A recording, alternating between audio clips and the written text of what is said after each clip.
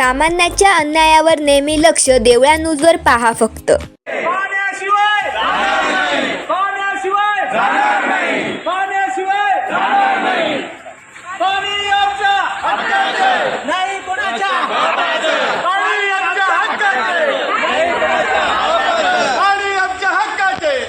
नाशिकमधील पाथर्डी फाटा परिसरात प्रभाग क्रमांक 31 मध्ये गेल्या काही महिन्यांपासून सुरू असलेल्या भीषण पाणी टंचाईमुळे संतप्त महिला आणि नागरिकांनी नाशिक महानगरपालिका सिडको विभागीय कार्यालय पाणी पुरवठा विभाग कार्यालयावर आज दुपारी मोर्चा काढलाय.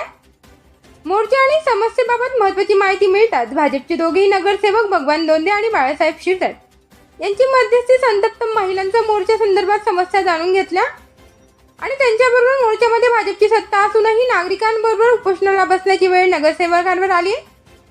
त्याचप्रमाणे त्या भागातील नागरिकांनी सिडको विभागाच्या पाणी पुरवठा कार्यालयावर मोर्चा काढला आणि प्रशासनाच्या निष्क्रियतेचा निषेध केलाय.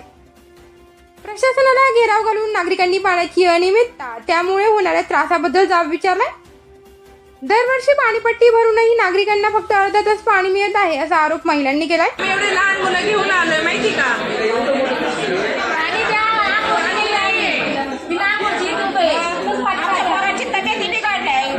नवीन वसाहती विकसित होऊनही पाणी पुरवठ्याची योग्य व्यवस्था करण्यात मनपा प्रशासन अपयशी ठरले आहे असा आरोप स्थानिकांनी केलाय.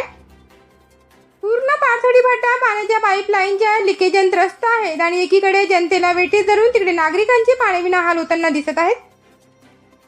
प्रभाग क्रमांक 31 मध्ये जो नवीन एरियामध्ये डेव्हलप एरिया झालेला आहे त्या परिसरामध्ये जवळपास 4,500पेक्षा घरांना पाण्याची लाईन नाही आहे, ड्रेनेजची लाईन नाही आहे, रस्ता नाही आहे, स्ट्रीट लाईट नाही आहे. अतिशय दुरावस्था या सर्व नागरिकांची झालेली आहे. हा विषय जवळपास 5 ते 6 वर्षापासून ह्या लोकांना ह्या प्रॉब्लेमला सामोरे जावं लागत आहे. मधल्या काळामध्ये प्रशासन असल्यामुळे पाठपुरावा केला पण त्यांना कुठल्या प्रकारचा न्याय मिळाला नाही. आता 3 महिन्यापूर्वी ज्या महानगरपालिकेच्या निवडणुका झालेल्या आहेत त्यात आम्ही नगरसेवक म्हणून त्या परिसराचं प्रतिनिधित्व करत आहोत. पण ज्या पद्धतीनं जर बघितलं तर या नागरिकांचे अतिशय हालाकीचे जीवन या ठिकाणी त्यांची परिस्थिती अतिशय एखाद्या आपण आदिवासी भागात अतिशय दुर्मिळ भागात राहतो अशा परिस्थितीमध्ये हे लोक यांचं दररोजचं जीवन जगत आहे.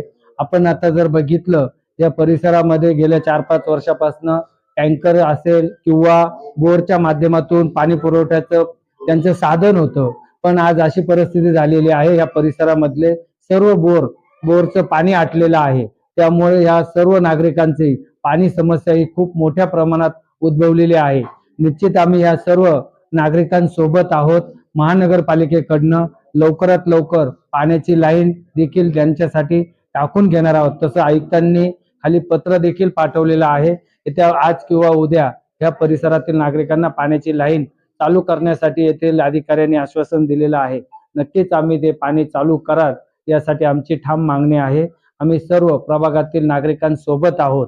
त्यांच्या समस्या सोडवणं ही आमची प्राथमिक जबाबदारी आहे. ती नक्कीच आम्ही पूर्ण करू. जय हिंद, जय महाराष्ट्र. पाथर्डी फाटा भागात पाण्याचा प्रश्न गंभीर असून प्रशासनाने तातडीने पाण्याची लाईन दुरुस्ती नाही केली तर उद्या पुन्हा आंदोलन अधिक तीव्र करण्याचा इशारा स्थानिकांनी दिलाय. देवळा न्यूजसाठी विजय बागुल, नाशिक.